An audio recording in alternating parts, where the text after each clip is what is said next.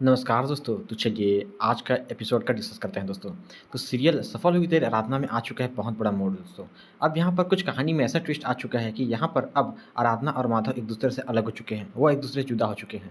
क्योंकि अब कहीं न कहीं जो वो होती है आराधना, वो खाई में नीचे गिरी होती है और यहाँ पर अब माधव को ऐसा लगता है कि अब यहाँ पर आराधना इस दुनिया में नहीं रही। उसके लिए अब मुझे क्या करना पड़ेगा, मैं कैसे इस दुनिया में रहूँगा बोलकर बहुत चिंता में रहता है और वो सारी उम्मीदें कहीं न कहीं छोड़ देता है और वो अंधेरे में अपने आप को झोंक देता है।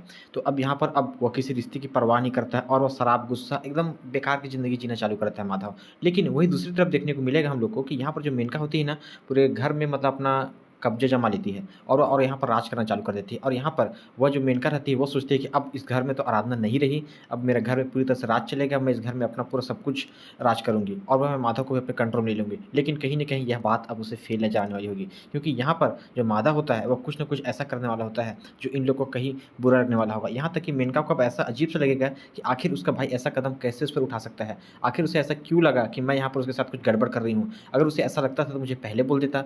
लेकिन अब यहाँ पर जो होगा ना कि यहाँ पर अब आराधना घर में वापस लौट कर आने वाली होगी। जब आराधना इस बात से अनजान हो जाएगी कि आखिर यहाँ पर जो उसके साथ हुआ वो सारा प्लान के तहत हुआ, उसे गिराया गया है और यहाँ पर माधव से दूर करने की पूरी कोशिश की गई है, तो वह काफ़ी गुस्से में रहेगी और वह यहाँ तक कि पूरे घर के सारी जायदाद को अपने पास रख लेगी। और यहाँ पर वह जो माधव है उसे समझाएगी कि आप मेरे खातिर क्यों बर्बाद हो रहे हैं, क्योंकि मैं आपके लिए साथ में रहती हूँ। इसका मतलब ये नहीं कि आप मेरे खातिर इतना कुछ सोचें और अपनी ज़िंदगी बर्बाद करें, क्योंकि आपको लाइफ में आगे बढ़ना है। तो ये सब सारी ट्विस्ट का कहीं न कहीं ना जो मेनका होती है वो जानकर हैरान हो जाती है। वो कभी नहीं चाहती कि आराधना घर में वापस आए, क्योंकि वह चाहती है कि माधव पर कंट्रोल कर पूरे घर में राज करे और वो प्रॉपर्टी की सारी मालकिन वो खुद बनना चाहती है और वह एक समय के बाद माधव को भी वो प्रॉपर्टी नहीं देना चाहती है। वो इतनी चालाक और बदमाश औरत है दोस्तों। तो सोच लीजिए यहाँ पर आराधना की एंट्री के कारण यहाँ पर क्या माधव ज़िंदगी बदल जाएगी या माधव के लिए वो कुछ ऐसा करने वाली होगी जो अपनी बहन के दोनों के बीच में लड़ाई करवाएगी। और यहाँ पर माधव अब क्या डिसीज़न लेने वाला होगा?